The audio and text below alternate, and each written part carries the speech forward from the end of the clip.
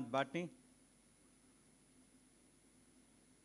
Dr. Sheta, Sri Ramanuja, Sri D.A. Prasanna, Dr. Ravi, Principal of NIE,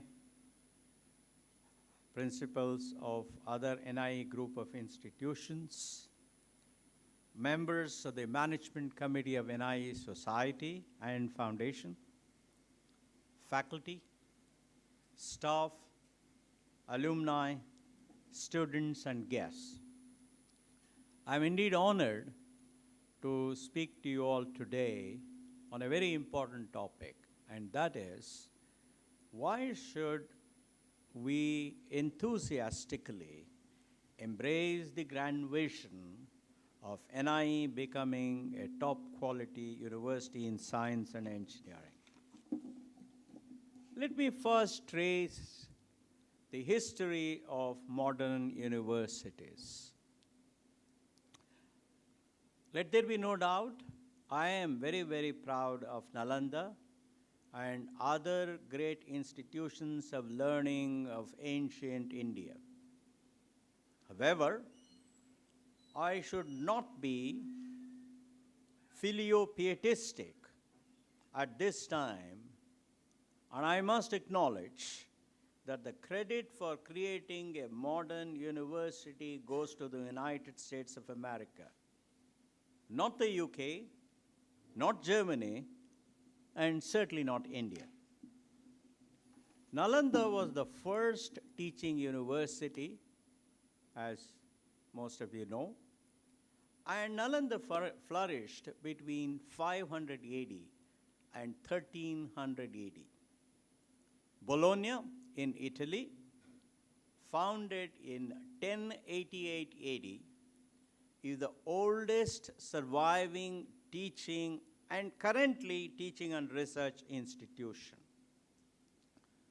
Oxford, founded in 1167 AD, and Cambridge, founded in 1209 AD, in the UK, formed the basis for the Howard College, founded in Boston, United States, in 1636, which started teaching with just 9 students.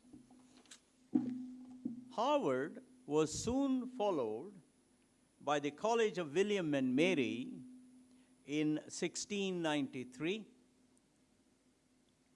Yale College, not university, Yale College in 1701, Princeton College in 1746, again not Princeton University, but it was at that time called Princeton College, and King's College, now called Columbia, was founded in 1754. The Morrill Act, passed in 1862, allocated up to 90,000 acres of the federal land. Just imagine how foresightful the leaders of the United States were. Obviously, it was Abraham Lincoln at that time. They said, we will allocate 90,000 acres of federal land to each state, not one state, please, to each state to start what are today termed land grant collegiate institutions to impart working and middle class children instruction in agriculture and what they termed mechanical arts, because those were the areas where there were job opportunities. The idea of a university originated out of a series of discussions and debate and arguments arising out of a set of 9 lectures given in Dublin, Ireland, by the English Cardinal John Henry Newman in 1852.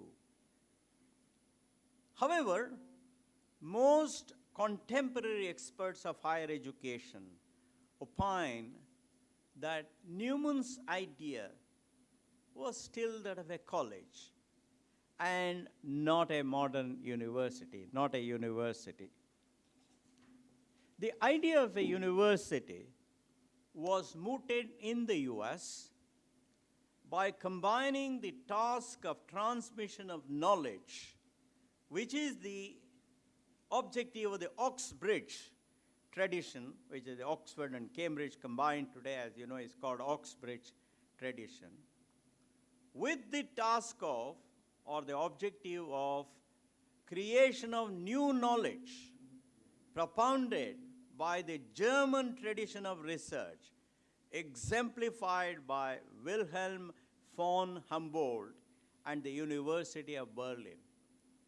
I don't know how many of you know that, barring sparse focus on research in the Oxbridge tradition, most of the earth-shaking research in the period starting from the 12th century to the 20th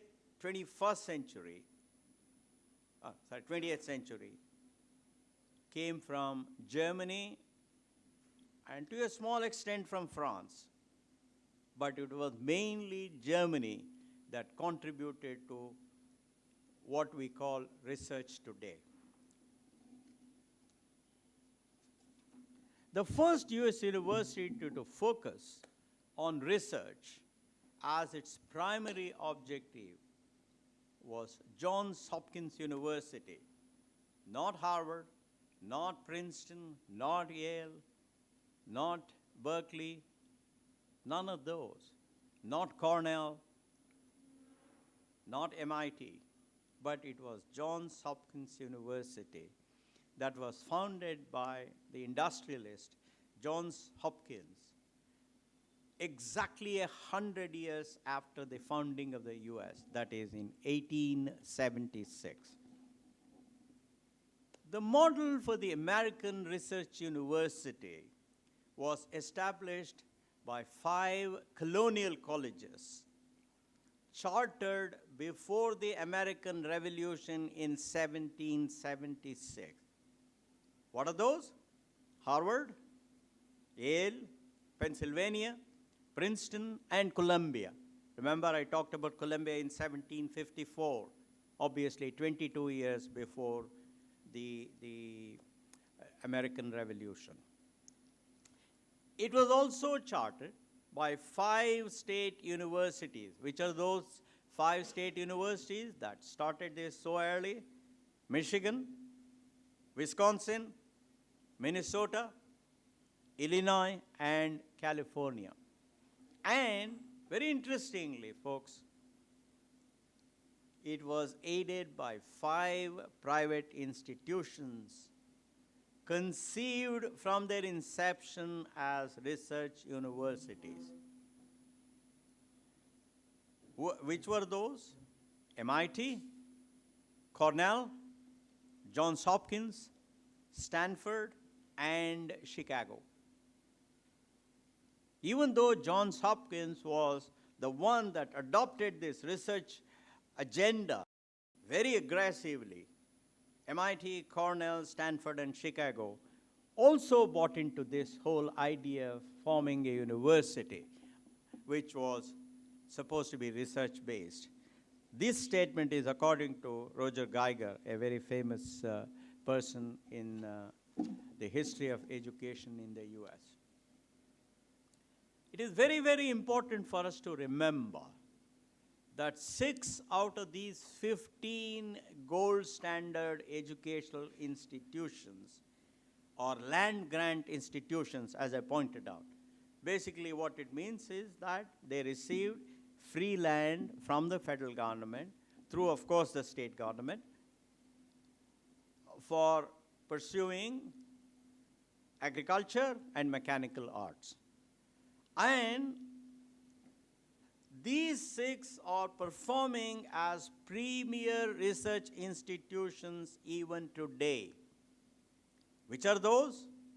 California, all of you know about Berkeley. All of you know about UCLA, which are considered top quality universities even today. University of Illinois, Urbana-Champaign is one of the top universities in computer science and many other areas. You all know it's a state university.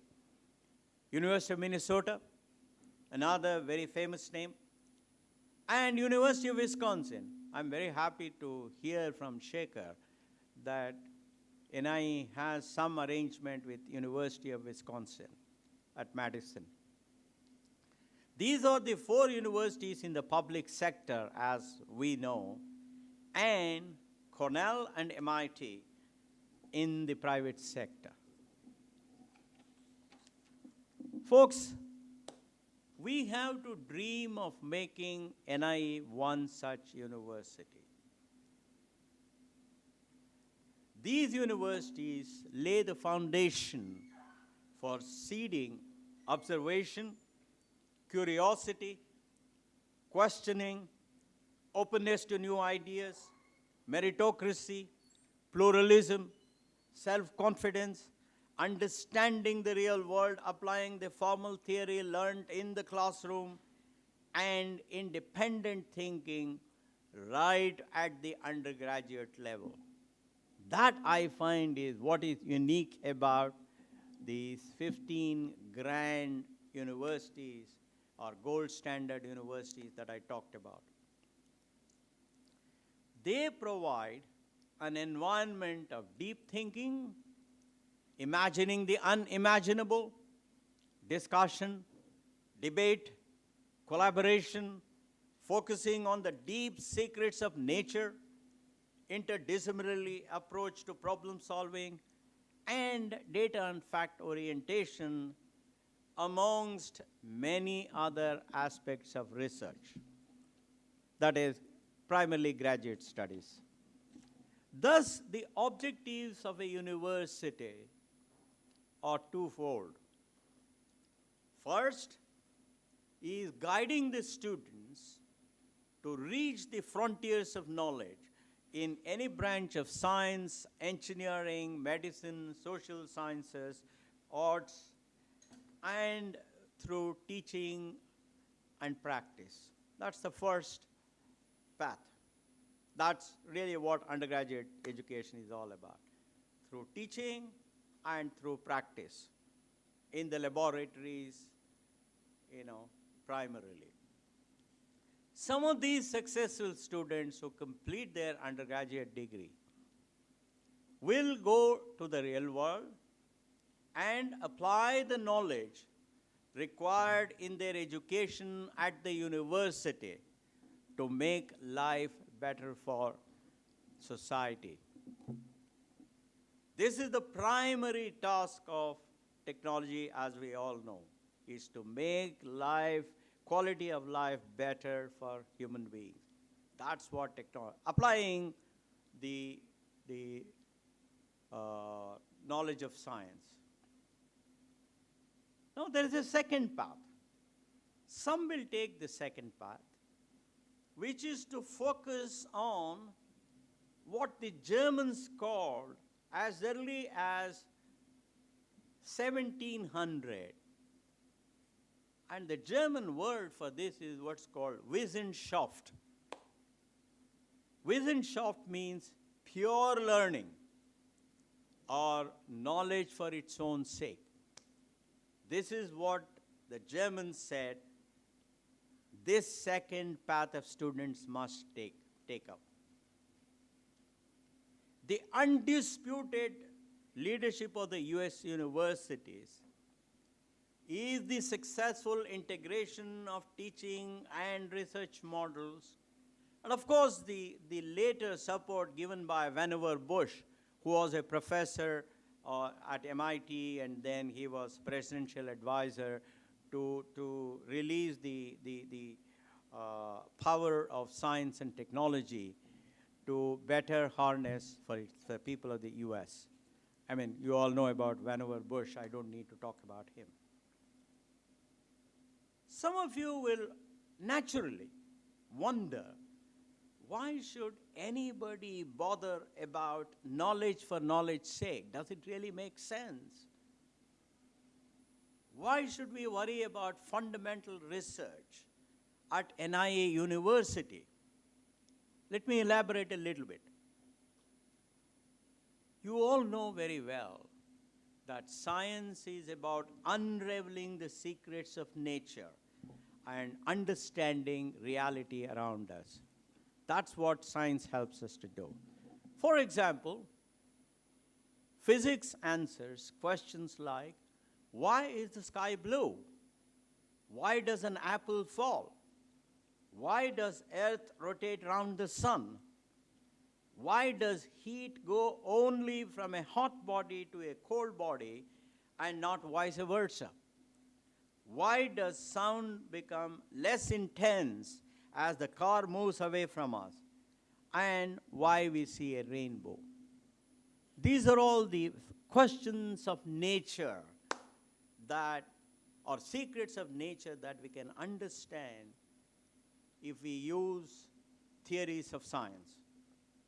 On the other hand, engineering is about using the power of science to remove constraints of nature and make life more comfortable for human beings. Let me remind you the words of Edward Teller, that the science of today is the technology of tomorrow. For those of you somewhat skeptical about the use of fundamental research, let me give you some examples of how they have become very useful. And I'm sure most of you would know, but this is for the sake of some of you who may not. But I'm sure it's a very, very small fraction. Quantum theory, invented by Max Planck, Albert Einstein, Niels Bohr, Max Born, who we were lucky to have had him at the Institute of Science when the Germans, when Hitler drove him away from Germany. He came and settled down for a few years in Bangalore at IISc, thanks to Sir C.V. Raman. Paul Dirac, Werner Heisenberg, Wolfgang Pauli, Erwin Schrödinger, John Bell, John Clauser, and Richard Feynman, is what has made the transistors, lasers, nuclear energy, and DVDs possible today. Without the understanding of quantum mechanics, these things just could not have happened. It is fair to say, therefore, my friends, that we would have been back in the 19th century without quantum mechanics. Now, let me get to another example. The theory of relativity, enunciated and improved by Albert Einstein in 1905, as you all know, that he came out with the special theory of relativity in 1905, and then he was quite puzzled how he couldn't include gravity in that. And that's how he came, gravity and electromagnetic waves and the strong nuclear force. These were the three things that he could put together. And that's how we came out with the general theory of relativity in 1915. This is what makes today's global positioning systems accurate. Without this celebrated theory, our GPSs would be off by 7 miles. I'm sure most of you know that. I don't need to go into that detail. Let me give you another example of Einstein's theory. All of you have heard of the famous equation E equal to mc squared. This equation is what makes PET scanners. Some of you may have used PET scanners as patients when you have gone to the hospital, at least some of the famous hospitals here. What happens in a PET scanner is an electron and a positron, they collide, and as you know, electron and positron both have masses. And when they collide, they get converted to two photons. Photons have no mass. I'm sure most of you know that photons have no mass. But using the equation E equal to mc square, where mass of the electron and the positron is converted into the energy of the photons, that's how PET scanners work. Let me not go into too much of detail here. That is for another day. Let me give you another great example of the value of fundamental theory. Without the work of Kurt Gödel, I'm sure those of you who have done mathematics would know what Kurt Gödel did. He basically said that there is no formal system in which all statements can be proved to be either right or wrong.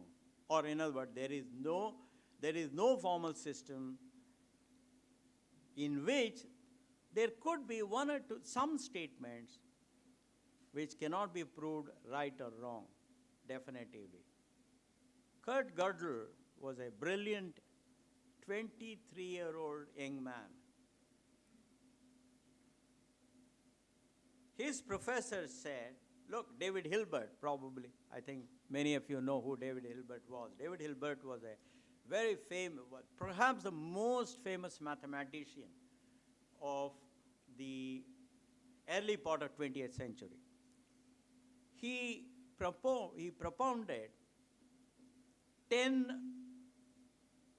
fundamental problems in mathematics at the Paris Conference of the Society of Mathematicians in 1910.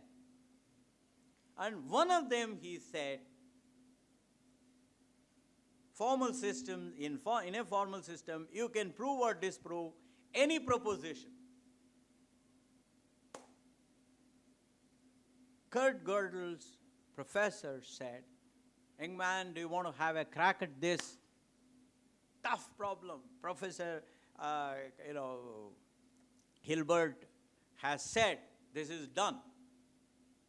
This young man worked on it and he disproved that. Alfonso Church is a very famous logician who worked at Princeton University. And Alan Turing, the father of computers, he used the theories of Kurt Gödel and Alfonso Church and came out with his concept of what is called universal Turing machine. I don't want to go into that. That's for another day. We can discuss that. And John von Neumann. John von Neumann was the person who constructed the first working digital computer. John von Neumann is probably the most versatile scientist. John von Neumann, he started out as a physicist. Then he became a computer scientist. Then he became a game theorist. The entire game theory that all of us use today was because of John von Neumann's work. Anyway, John von Neumann and Morgenstern wrote a very famous book. I'm sure some of you may have that, on game theory. That's the first book on game theory. Without the work of these wonderful people, we would not have had computers that are so ubiquitous and so critical to our existence today. Without the now let me take the fourth and last example. Without the celebrated theories of James Maxwell and Claude Shannon, the world would be a dark and disconnected place. And I'm sure all of you know that James Maxwell was the person who came out with connecting electricity and magnetism through his famous equations, right? I think at least some of you, the students, would remember, some of the teachers would remember Maxwell's equations. Basically he used vector calculus and differential equation to connect these two. And Claude Shannon was the guy who made the fundamental discovery in information theory. And thanks. Without these two, we would neither have had electricity nor communication channel, not telephone or television or internet, any of these. Now let's remember the apocryphal words of Michael Faraday, the inventor of electricity. When asked by William Gladstone, the then Chancellor of Exchequer of Britain, what use was electricity, Faraday is supposed to have said, "Sir, you will one day be able to tax it." As you know, he was the Chancellor of the Exchequer, the Finance Minister of UK. He didn't know how to explain electricity to William Gladstone. He said, "Sir, don't worry, sir, you will be able to get some money out of it." For those of you interested even more in the reading about how fundamental research could be useful, I would suggest that you read the book, The Usefulness of Useless Knowledge. This is a book written by two people, Robert Flexner. Robert Flexner was the person who founded the Institute for Advanced Study at Princeton. That is where Einstein worked, that is where Kurt Gödel worked. Today Edward Witten, one of the proponents of string theory, works there. Many of those guys. With a companion essay by my good friend, Robert DeGraff, the current director of the Institute. This book is about the power of fundamental research in making life better for humanity. Therefore, we have to overcome our skepticism about the so-called useless knowledge and start helping our youngsters pursue fundamental science and the resultant engineering enthusiastically. It is perhaps appropriate that we follow the British chemist and Nobel laureate George Porter. He was a chemist. He said he called such research not yet applied research. He said, don't call it useless research, call it not yet applied research. Therefore, my friends, we want our youngsters to understand that these most famous scientific and engineering theories were enunciated when these extraordinary scientists tried to understand the secrets of nature, the limitations of nature.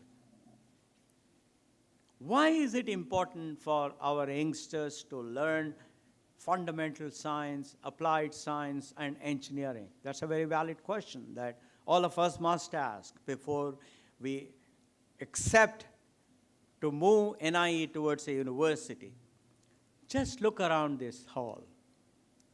You get the answer. Electricity, bulbs, fan, air conditioner, the projector that was used yesterday, that even now there, microphone that I am using, laptop that's all there with many of you, were all invented outside India.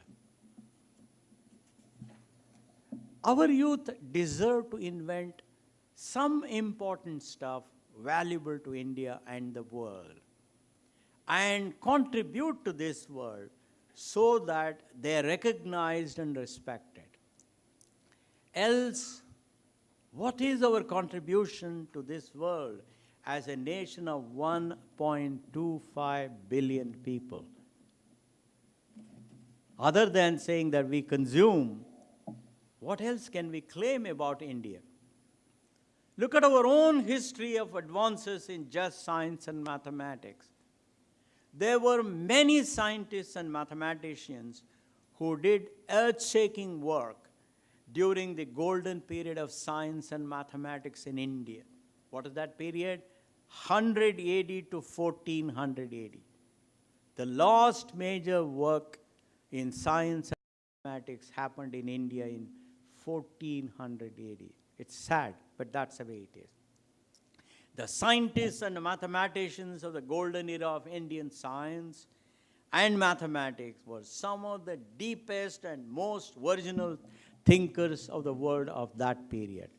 There was nobody else in the world who could claim that they did better work than what these Indian mathematicians and scientists did. Let's look at some of the advances of our own people, because I want the youngsters assembled here to be inspired by these people. The scientists and mathematicians of the golden era of Indian science and mathematics were some of the deepest and most original thinkers of the world of that period. Let me take a few examples. Aryabhatta, 476 AD to 550 AD, produced what is called Aryabhatiya. I think some of you would certainly know. His most influential work of that time, and introduced ideas on planetary motion, quadratic, simultaneous, and indeterminate equations. Area of a triangle, he computed the area of a triangle in 490 AD or so. Just imagine 490 AD, somebody computing the area of a triangle. Shape of the earth, he was the person who predicted the shape of the earth, because there's no way of knowing it. And he was also the person who gave the reason of why we have days and nights. Brahmagupta, 598 AD to 665 AD. He enunciated rules to compute with zero. Till then, nobody could say 0 times 100 is 0. Nowhere in the world, not in America, America was not discovered at that time, not in Europe, no, not France, not Germany, nowhere. People, not Arabs, nobody could say 0 multiplied by anything is 0. That is an extraordinary insight. He also computed squares and cubes of integers. And he enunciated rules for dealing with fractions. Folks, at that time, no Westerner ever knew what a fraction was. But this gentleman, 1400 years ago, or 1500 years ago, he spoke of fractions. Let me get to Bhaskaracharya. Bhaskaracharya is from Bijapur. Yesterday, we heard Dr. Prabhakar Kore speak about the fact that he came from nearby Bijapur. He lived between 1114 AD and 1185 AD. He died at the age of 71. He worked in calculus, in the area of calculus. Remember, we all know calculus as having been invented by either Newton in England or Leibniz in the continent. But Bhaskaracharya's work predated both of these people. This is another extraordinary role model for our children. Now let me come to a final example. Madhava, 1340 AD to 1425 AD. He lived, of course, 85 years. He demonstrated the power of his virginal thinking in using infinite series for approximate computation of some trigonometric functions. sine, cosine, tan. He used the power of infinite series to compute these trigonometric functions. By any stretch of imagination, these were the most leading edge ideas of that time. The conclusion, therefore, is that our youth of today is quite capable of original thinking if we, the elders, can create an environment that encourages such adventures of mind. There are even more important reasons why our youngsters have to be encouraged and equipped to become contributors to solving huge problems that confront us every day. India probably has more problems facing its citizens than any other country in the world. Our huge population is a big burden for providing our children basic education, basic health care, nutrition, and shelter. The Human Development Index, developed by the Pakistani economist Mahbubul Haq in 1990 and later improved by other experts in this area, uses 3 parameters. Life expectancy index, that is life expectancy in years at birth, education index, which is the expected years of schooling or college at birth, and income index. Income index is 1 if your per capita GDP is $75,000 and it is 0 if it is just $100. In fact, it is fair to say that these parameters in effect tell the whole story of how a nation is developed, the health of its citizens, their productivity, their education levels, their accomplishments, and contribution, the success of a nation's education system, the success of a nation's healthcare system, the nutrition of its children, the standard of living of its children, its industrial and employment systems, and adoption of modern tools of progress by its children. Therefore, when India is ranked at 130 in the HDI ranking of nations among the 193 that participate in this in the last 5 years, we all have to think how we can enable our children to become original thinker, to solve problems that are very relevant to us. Therefore, I think it is extremely important that we should, there are several other ideas, I will try and skip them because that's not necessary. In essence, I have made the point as to why we need to create an environment of original thinking. So let me come to what is the solution to solve all these problems. I believe that we can find appropriate solutions to our problems if we educate our youth to think independently. That's very, very important, to find scientific and technological solutions to our problems. That is the primary objective of a modern university. By becoming a university, NIE can lead the effort in transforming the mindset of our youth from reactive problem solving to proactive problem definition.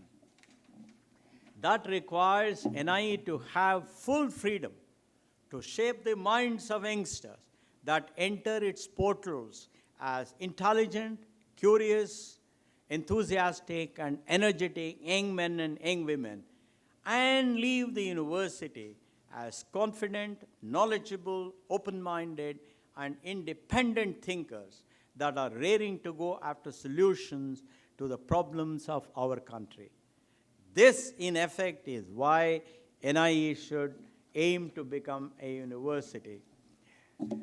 If NIE can indeed become one of the top 100 universities in the world in the next 50 years, I believe that the dream of every one of us assembled here would indeed become a reality, would be fulfilled, our time would have been well spent.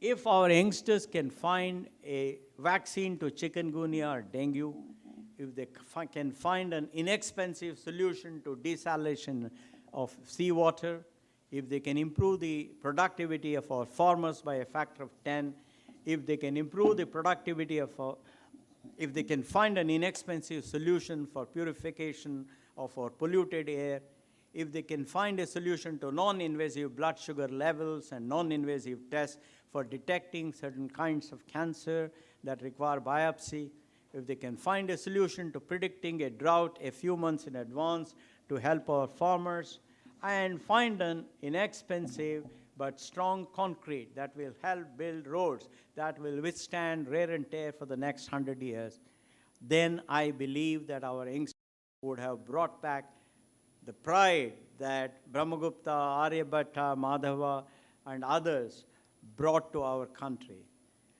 And that is one of the main reasons why you and I should have no hesitation in making sure that we form a university. Can we hope that an Indian youngster, educated and working in an Indian scientific institution, will grow up to make a mind-boggling discovery like Niels Bohr, who postulated that the location of an electron becomes certain only at the time of observation, and that the inherent nature of reality is fuzzy? Will one of our youngsters contribute to science like a little-known Irish theorist, John Bell, whose mathematical and experimental vision, and like John Clauser, whose design of an experiment proved, imagine these two youngsters, proved that Niels Bohr and the mathematics of quantum theory or quantum mechanics, they were right, and that Albert Einstein was wrong. Can somebody from NIA stand up and have the confidence? Can we provide such confidence to our youngsters? Can we produce many scientists like C.V. Raman, Ashok Sen, and Satyendranath Bose? Can our youngsters, educated entirely in India and doing research in India, emulate Chandrasekhar, Hargobind Kumara, Venki Ramakrishnan, and Manjul Bhargav?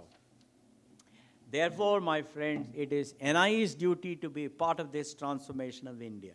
This can only happen if NIE becomes a university like one of the golden universities of the US. We, the elders, cannot shirk from our duty to enable NIE to convert this aspiration to reality. What kind of university should NIE be? I want it to be an expression of an age, very important, as well as an influence operating upon both the present and the future, as Abraham Flexner once said. I want NIE to be a place where discovery and invention happen every month. Discovery is seeing what everybody has seen and thinking what nobody has thought, as a famous scientist once said. Folks, achieving this will require a lot of competence, courage, commitment, and character. This task of making NIE a globally renowned institution can be achieved only by those that have courage and persistence to focus relentlessly on our goals despite great odds. This requires us to have belief in Benjamin Franklin's words, and I quote him, "They that can give up essential liberty to obtain a little temporary safety deserve neither liberty nor safety." Thank you very much.